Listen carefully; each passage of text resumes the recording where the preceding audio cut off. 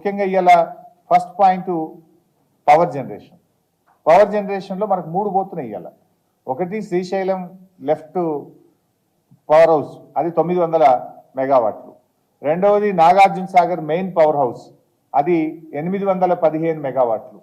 మూడవది నాగార్జున సాగర్ ఎడమ కాలువ మీద ఉన్నటువంటి పవర్ హౌస్ 60 మెగావాట్లు.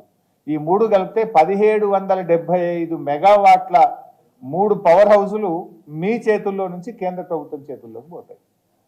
అంటే ఇలా మనం అడుక్కునే పరిస్థితి వస్తుంది రేపు. అసలు రేపు మీకు ఎంత ఇబ్బంది అవుతుంది, పవర్ మేనేజ్మెంట్ ఎంత ఇబ్బంది అవుతుంది మీరు ఏమైనా ఆలోచిస్తుండ్రా?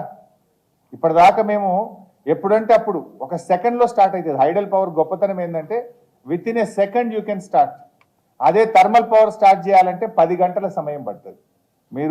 మీకు ఇన్ని యూనిట్ల కరెంట్ కావాలి, ఇన్ని మెగావాట్లు కావాలంటే అది మీరు స్టార్ట్ చేసిన 10 గంటల తర్వాత థర్మల్ పవర్ మీకు అందుబాటులోకి వస్తుంది. Hydel power fraction of seconds, few minutes. అలాంటి ఒక గొప్ప అవకాశం తెలంగాణ కోల్పోతుంది. రేపు ఏమవుతుంది, మీకు గ్రిడ్ కొలాప్స్ అవుతుంది. ఇలా మనం గ్రిడ్ను మేనేజ్ చేస్తున్నాం అద్భుతంగా. మనము ఎక్కడ కూడా గ్రిడ్ మీద ఓవర్లోడ్ కాగానే ఆ పీక్ అవర్స్లో హైడల్ పవర్ జనరేట్ చేస్తున్నాం. గ్రిడ్ను జాగ్రత్తగా తెలంగాణ ప్రభుత్వం గత 9.5 ఏళ్లుగా మేనేజ్ చేస్తూ వచ్చింది. దానివల్ల ఏమైతే రేపు భవిష్యత్తులో ఏమవుతుంది, మీరు పీక్ అవర్స్లో కరెంట్ కావాలంటే కేఆర్ఎంబీకి దరఖాస్తు పెట్టాలి, వాళ్ళు అనుమతి ఇవ్వాలి, నువ్వు స్టార్ట్ చేయాలి. వాడు ఎప్పుడు అనుమతి ఇవ్వాలి, నువ్వు ఎప్పుడు స్టార్ట్ చేయాలి. అప్పట్లో గ్రిడ్ కొలాప్స్ అయిపోతుంది, లేదా అధిక ధరకు నువ్వు బయట కరెంటు కొనాల్సి వస్తుంది. అది సాధ్యమయ్యే పనేనా? అంటే దీని మీద మీరు ఎందుకు ఆలోచించలేకపోతున్నారని నేను రాష్ట్ర ప్రభుత్వాన్ని అడుగుతా ఉన్నా. సో ఈ దాదాపు దీని ద్వారా మనకు వచ్చేది ఏంటంటే యావరేజ్ ఇప్పటిదాకా మనం చూస్తే 5,000 మిలియన్ యూనిట్ల కరెంటు మనం ఈ హైడల్ పవర్ స్టేషన్ ద్వారా తీసుకుంటా ఉన్నాం. మనకు జనరల్గా హైడల్ పవర్ ఉత్పత్తి కాస్ట్ 2.5 అవుతుంది. అదే థర్మల్ పవర్ బయట కొంటే అండ్ యావరేజ్ ₹5.50 అవుతుంది. అంటే చాలా చీప్గా వచ్చేటువంటి పవరు హైడల్ పవర్. చీప్గా రావడమే కాదు, అత్యవసర పరిస్థితుల్లో ఓవర్లోడ్ అయినప్పుడు గ్రిడ్ కొలాప్స్ కాకుండా వెంటనే దాన్ని స్టార్ట్ చేసే అవకాశం మన చేతుల్లో నుంచి ఇవాళ బీజేపీ ప్రభుత్వం చేతుల, కేంద్ర ప్రభుత్వ చేతిలో పెట్టి రేపు అడుక్కునేటువంటి పరిస్థితి రాష్ట్రానికి వస్తుంది. ఇంకోటి ఉంది, ఇంకొక అడ్వాంటేజ్ కూడా ఉంది, టేల్ పాండ్. మనం ఏం చేసినామంటే టేల్ పాండ్ కట్టుకొని సాగర్ దగ్గర రివర్స్ జనరేషన్, నాన్ పీక్ అవర్స్లో కరెంట్ ఎక్కువ ఉంటుంది. కొన్ని సందర్భాల్లో వాడకం తక్కువ ఉండి కరెంట్ ఎక్కువైతే గ్రిడ్ కొలాప్స్ అవుతుంది, కరెంట్ తక్కువైతే గ్రిడ్ కొలాప్స్ అవుతుంది. కరెంట్ ఎక్కువ ఉన్నప్పుడు ఏం చేస్తున్నాము, మనం కట్టుకున్న టేల్ పాండ్ ద్వారా రివర్స్ పంప్ చేస్తున్నాం ప్రాజెక్టులోకి.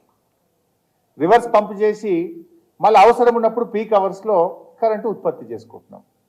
కరెంటు ఎక్కువ ఉన్నప్పుడు విద్యుత్తును వాడి టేల్ పాండ్ నీళ్లను ప్రాజెక్టులోకి పంపు చేస్తున్నాం. కరెంటు పీక్ అవర్స్లో అవసరం ఉన్నప్పుడు ప్రాజెక్ట్ నుంచి నీటి విడుదల చేసి కరెంటును ఉత్పత్తి చేస్తూ రాష్ట్రం యొక్క ప్రయోజనాలను ఇంతకాలం కాపాడుతూ వచ్చినాం.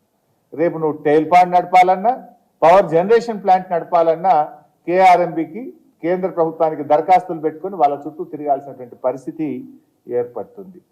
ఇలా వాస్తవానికి టెయిల్ పాండ్ నుంచి మన ప్రభుత్వం వచ్చిన తర్వాత ఇప్పటికీ దాదాపు 300 టీఎంసీలు రివర్స్ పంపింగ్ చేసినాం. గత 10 ఏళ్లలో బీఆర్ఎస్ ప్రభుత్వం టెయిల్ పాండ్ ద్వారా ఇటు 300 టీఎంసీలు మనం రివర్స్ పంపింగ్ చేసుకొని అద్భుతంగా మన విద్యుత్ వ్యవస్థను చక్కగా మనం నడపగలిగాం.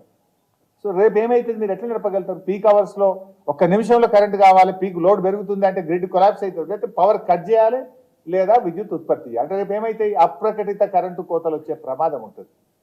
గ్రిడ్ కొలాప్స్ కావద్దు, గ్రిడ్ ఓవర్లోడ్ అయిందంటే either you have to cut the power or you have to generate the power. Generate చేయాలంటే అది థర్మల్లో ఆ ఫ్లెక్సిబిలిటీ ఉండదు, హైడల్లో మాత్రమే ఆ ఫ్లెక్సిబిలిటీ ఉంటుంది. Tomorrow will lose that opportunity. ఇది బేసికల్లీ విద్యుత్ విషయంలో తెలంగాణకు అన్యాయం జరుగుతుంది.